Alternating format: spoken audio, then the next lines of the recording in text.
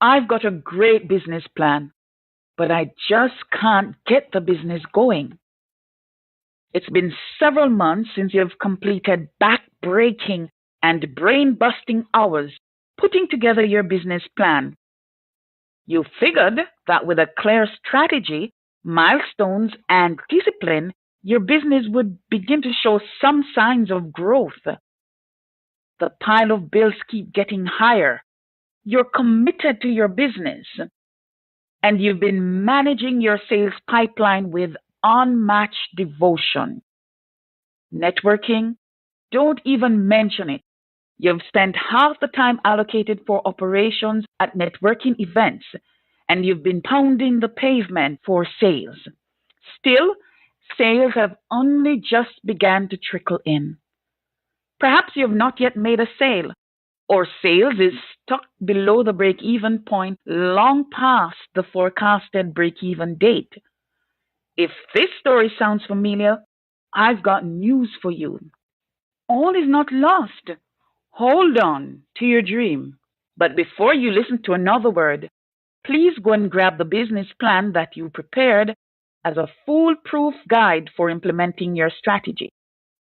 If you took the next step of preparing your performance measurement and reporting tools, please come with those as well. If you have a red ink pen and a green ink pen, those will come in handy too. But if you have just a black ink and a blue ink pen, then we'll make do with those. Now flip through your milestone charts and or your performance tracking report. Focus on the planned targets that are already achieved and those that are outstanding. Tick off all targets that are achieved with a green or blue ink pen, and tick all due or outstanding targets with a red or black ink pen. Now tally out achieved targets. Based on your rough tally, what percentage of your targets have you achieved to date? All targets not yet achieved with a due date of or before Sunday, October 4, 2015, or as at the date when you listen to this recording, are considered to be outstanding. However, targets achieved ahead of schedule should be given a green or blue tick and counted as accomplished. Check all accomplished achievements that emerged and served to advance your strategy, though they were not captured in the business plan. So how did you score? If you scored 70% or more, congratulations. Keep working smarter and harder at executing your strategy. Keep your ears tuned and your eyes focused on your internal and external environments. Now, if you scored 60% or less, you're not alone. 87% of businesses fail to implement their strategy each year. According to the Harvard Review, most manage to implement only 40 to 60% of their strategy. We know you are in business to deliver value and to make a profit while doing so. While you currently have a grade C or less on your business report card, it's not time to give up or blame the planning process. It's time to pinpoint where you might need help and how to get help, even when the lifeblood of your business just doesn't seem to flow. In order to get the strategy going and the cash flowing, we will be making some assumptions. We'll assume that you have a solid strategy. If you have not yet reviewed the strategy since crafting your wonderful business plan, please do the following. Review and update all assumptions and constraints associated with all targets currently due or outstanding. You should do this for the entire business plan if you have been in business for 6 months or more. Assuming that, like most businesses, you got the strategy right, it is likely that you need help with either operationalizing or executing your strategy. The degree of help that you may need will vary depending on whether you're a solopreneur or you're leading a team of people. It might also vary depending on your score and the main pain point. But before we get into operationalizing and executing strategy, I shall deviate for those in a hurry and who may need just a few quick tips for getting the strategy going. 7 quick tips. 1. Know the buyer utility of your targeted customers or members. In other words, know whether they are looking for fun, simplicity, or another feature or features that is not currently or readily available. Adjust your messaging and solutions so they resonate with and meet the needs of your prospect. Remember, product or service development is an important marketing function that comes before communicating your service offer or product offer. 2. Get help with marketing or execute your marketing plan. 3. Manage your sales pipeline and get selling. Sales is a big part of your job. 4. If you sell a service or product that has a low cost of good or cost of service value, produce and deliver samples or demos in order to build trust and to drive demand for your solution. 5. Offer complementary services or pursue alternate sources for earning cash so that you'll be able to maintain yourself and generate funding for growing your business. 6.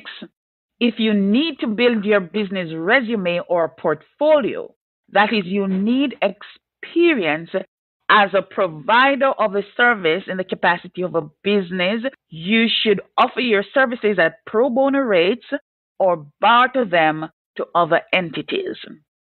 7. Develop an intimate relationship with your plan. Execute, monitor, measure, adjust, and update, whether or not you have someone to report to at the end of a month. Recently, I was among a gathering entrepreneurs in Toronto. Over 80% of those in attendance requested help with messaging and marketing. It is therefore clear that in addition to access to funding, service or product development and messaging are big needs of startup entrepreneurs. That's your 7 tips for getting your business rolling. Good luck with the biz. Stay tuned if you would like to learn more about how to operationalize and how to execute strategy for better business results. Let's start with operationalizing strategy. There are 3 things you must do in order to operationalize your strategy effectively. 1. Break down your strategic initiatives and milestones into stepwise or actionable tasks and outputs. Communicate your strategy, engage and involve your team. 3. Develop meaningful indicators for monitoring, measuring, information sharing, decision making, and rewarding performance. Each initiative or target should be supported by a SMART or SMARTer indicator. It should also have an owner. There should be expected sales revenue and marketing tactic, if applicable, attached to that particular initiative or target. So what is a SMARTer indicator? A SMARTer indicator is specific, it's measurable, it's actionable, it's relevant, time-bound, extending, and rewarding. So focusing on the last E, or the only E for that matter, extending, meaning it should be challenging and makes a difference in moving your business to the next level. Now focusing on the second R, rewarding, It should be rewarding for you, the entrepreneur. It should be rewarding for the individual responsible for delivering a task, and it should be rewarding for in terms of driving your business success or objective to which it is tied. Taking the ER in smarter further, always evaluate and re-evaluate your indicators. Very important to operationalizing strategy is ensuring that each department and each individual understands the importance of the target and their individual as well as collective roles in the accomplishment of a target. They should have a clear understanding of how the target contributes to the bottom line, mission, and strategy success. During the operationalized strategy process, you must engage your team in order to ensure that everyone has an opportunity to contribute. Ensure that meaningful contributions are adopted and acknowledged. In sum, operationalizing strategy requires more than horizontal and vertical alignment or cascading strategic initiatives. It requires communication of your strategy, facilitating understanding of the strategy, the inclusion of team members and decision makers in the development of strategy and actions. It requires the engagement and buy-in of decision makers, team members, and key stakeholders at various levels within the organization. And that can only be achieved through communication. Executing your strategy. Here is where you need to monitor, review, and update your strategy. Capture lessons learned and emerging strategies. Adjust your strategy based on changes in the internal and external environment. In order to adjust your strategy, you must engage in constant, ongoing environmental scanning. Give people opportunities to grow and shine. Give them roles or projects that will position them to move to the next level while driving the organization forward. Provide meaningful performance reviews and opportunities for development. Contract external experts as required. Move people out of roles that they simply cannot handle. Monitor, measure, solve problems as a team, troubleshoot, and ensure you deliver promised services and quality within the agreed timeline and budget. Know that at times there will be problems that you must solve by yourself as the organizational leader or with the support of a trusted advisor or even a small team that is close to the problem, irrespective of what you might read or hear about solving problems as a team. Thank you for listening.